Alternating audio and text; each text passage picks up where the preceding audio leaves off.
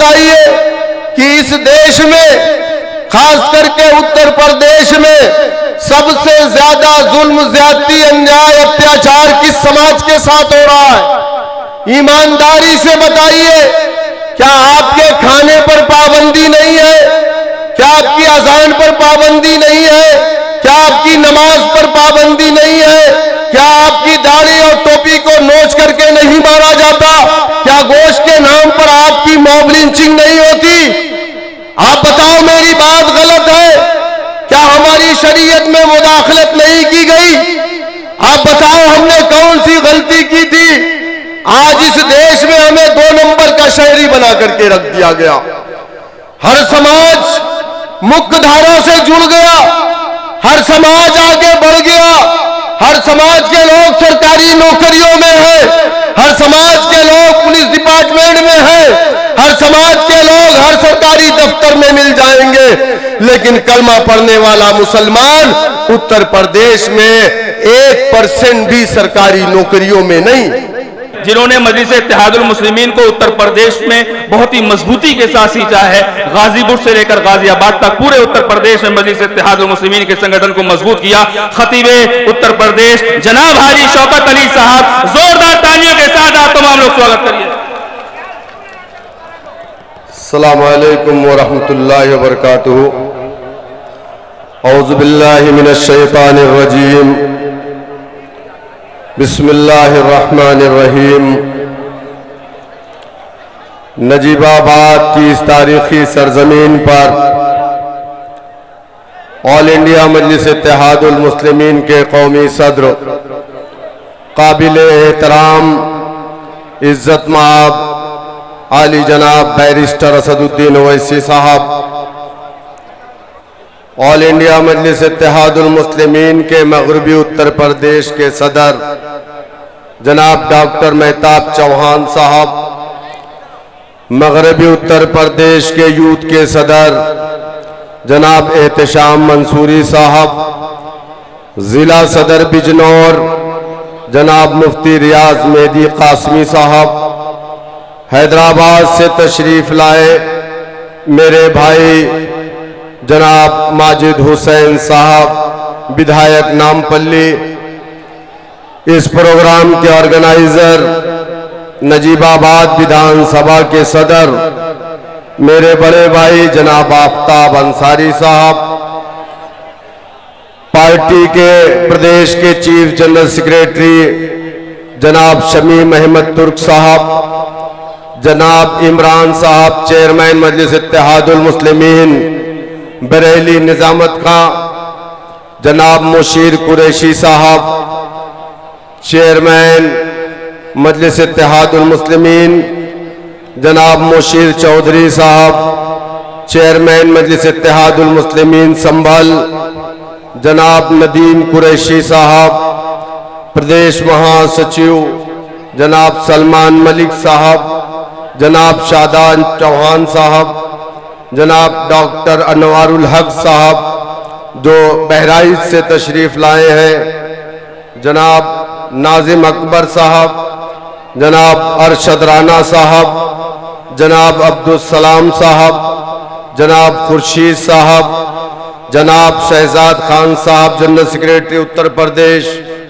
जनाब नबील साहब, जनाब शाकिर चांदपुरी साहब, जनाब एहसान मंसूरी साहब, जनाब आरिफ साहब, मुफ्ती इश्तियाक साहब, जनाब असजद रहमानी साहब, जनाब इसरार साहब पूर्वांचल अध्यक्ष, जनाब आरिफ साहब साबिक चेयरमैन व सेक्रेटरी उत्तर प्रदेश, जनाब डॉक्टर नैयर काजमी साहब सतर उत्तराखंड, जनाब डॉक्टर बिलाल साहब, जनाब नज़ाकत अली साहब, जनाब यासीन साहब, जनाब मुनव्वर अली राना साहब, मेरे सामने खड़े इस इलाके के गयूर नौजवानों, मेरे बुजुर्गों, पर्दे में बैठकर मेरी बात को सुनने वाली मेरी इज्जतदार माँ और बहनों, एक शेर के साथ मैं अपनी बात को शुरू करूंगा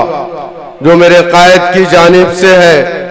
हम करे बात दलीलों की तो रद्द होती है, हम करें बात दलीलों की तो रद्द होती है, उनके होठों की खामोशी भी सनद होती है।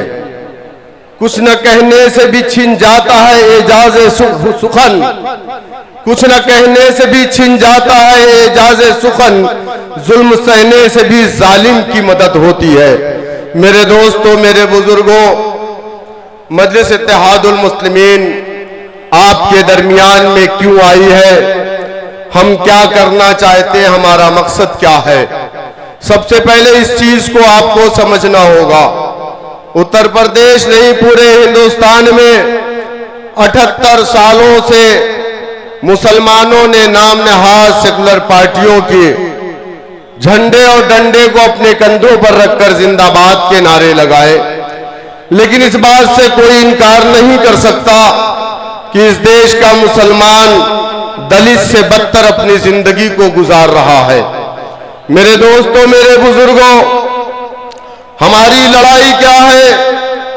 हमने कभी ये नहीं कहा समाजवादी, बीएसपी, कांग्रेस या बीजेपी से कि हमें आसमान से तारे तोड़ करके ला दो, या हमें चांद और सूरज चाहिए, या हमें सोने का पहाड़ चाहिए। हमने तो हमेशा एक चीज मांगी है जो हमारे देश के संविधान ने मसावात, बराबरी और इक्वालिटी की बात की।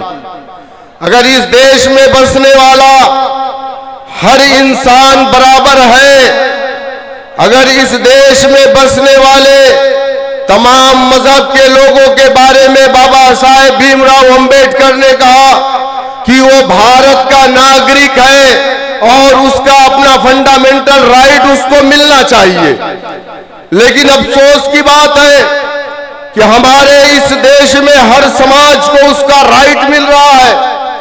हर समाज अपने पसंद के कपड़े पहनता है, हर समाज अपने पसंद के खाने खाता है, हर समाज अपने हिसाब से अपनी पूजा इबादत करता है, हर समाज अपने हिसाब से शादियां और तलाक करता है। हर समाज को राइट है। इस देश के अंदर ऐसे लोग भी हैं जो लहसुन और प्याज भी नहीं खाते, हमारा देश का संविधान उसे भी मानता। हमारे देश के अंदर ऐसे लोग भी हैं जो इस देश में बस इस देश में जो रहते हैं, जो किसी खुदा, किसी अल्लाह को नहीं मानते, हमारे देश का संविधान उन्हें भी मानता है।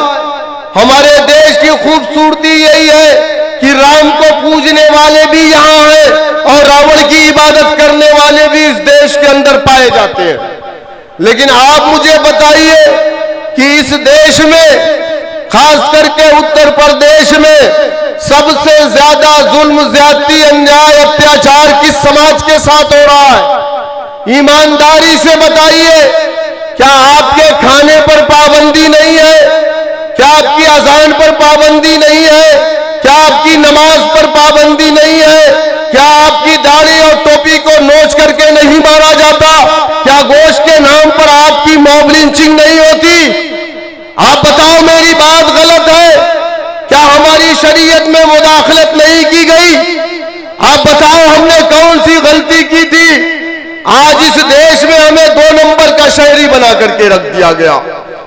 हर समाज मुख्य धारा से जुड़ गया, हर समाज आगे बढ़ गया, हर समाज के लोग सरकारी नौकरियों में हैं, हर समाज के लोग पुलिस डिपार्टमेंट में हैं, हर समाज के लोग हर सरकारी दफ्तर में मिल जाएंगे, लेकिन कलमा पढ़ने वाला मुसलमान उत्तर प्रदेश में 1% भी सरकारी नौकरियों में नहीं। आप बताइए मुझे क्यों?